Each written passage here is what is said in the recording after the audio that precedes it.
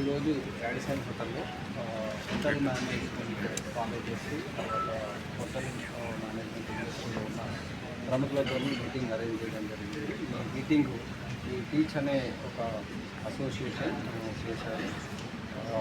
ఈ మీటింగ్లో ముఖ్యంగా అంటే తెలంగాణలో కావచ్చు, ఇండియాలో కావచ్చు, ఇంకా హోటల్ మేనేజ్మెంట్కి సంబంధించిన స్కోప్ గురించి వేరియస్ పాసిబిలిటీస్ గురించి డిస్కస్ చేయడం జరిగింది.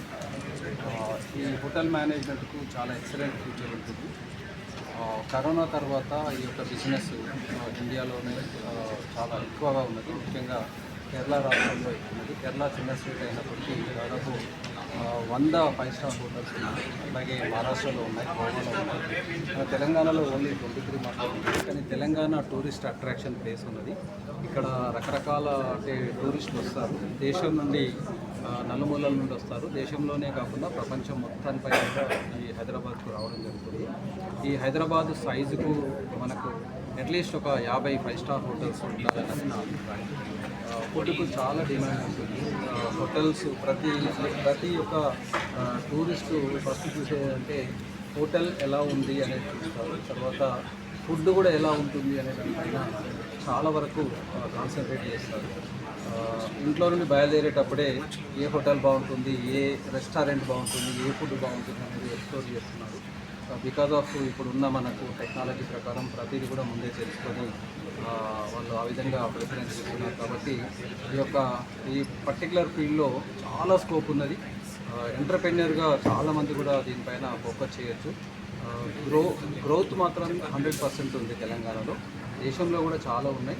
కాబట్టి ఈ ఫీల్డ్ అనేది స్టూడెంట్స్ అందరూ కూడా చూజ్ చేసుకోవాలి.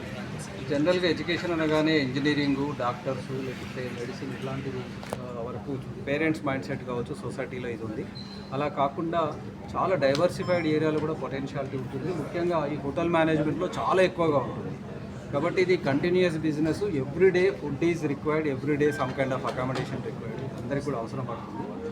ఎక్కడికి వెళ్ళినా ప్రతి ఒక్కరు కూడా హోటల్ బాగుందా, ఫుడ్ బాగుందా, ఇట్లాంటి వాటిపైనే ఎప్పుడు కూడా ఫోకస్ చేయడం జరుగుతుంది. కాబట్టి ప్రపంచంలోనే ఈ యొక్క హోటల్ మేనేజ్మెంట్ కావచ్చు, టూరిజం కావచ్చు హైయెస్ట్ ప్రియారిటీ ఉంది.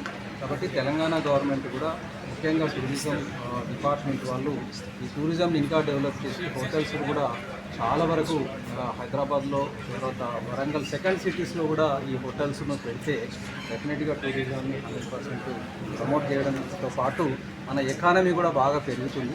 మనము 2047కు $30 ట్రిలియన్ ఎకానమీ అచీవ్ చేస్తామని చెప్పేసి చెప్పారు ప్రధానమంత్రి. అట్లాగే రేవంత్ రెడ్డి గారు కూడా నంబర్ 1 తెలంగాణ బై 2047 అని చెప్పేసి కూడా తను చెప్పారు. కాబట్టి ఇవన్నీ మనకు సక్సెస్ కావాలంటే ఈ టూరిజాన్ని బాగా డెవలప్ చేయాలి. హోటల్స్ రంగాన్ని కూడా విపరీతంగా డెవలప్ చేయాల్సిన అవసరం ఉంది. సో ఈ టూరిజం డిపార్ట్మెంట్ అంటే హోటల్స్, ఇంకా హోటల్ మేనేజ్మెంట్ కాలేజ్ కూడా రావాలి. ఈ హోటల్ మేనేజ్మెంట్ కాలేజీలన్నీ ఉస్మాన్ సిటీ అఫిలియేటెడ్ కాలేజ్ కాబట్టి మా తరఫున మేము ఫుల్ సపోర్ట్ ఎక్స్టెండ్ చేస్తాం. ఫ్యూచర్లో మన Hyderabad should become hub, hotel management hub కావాలని కోరుతున్నాం. Thank you.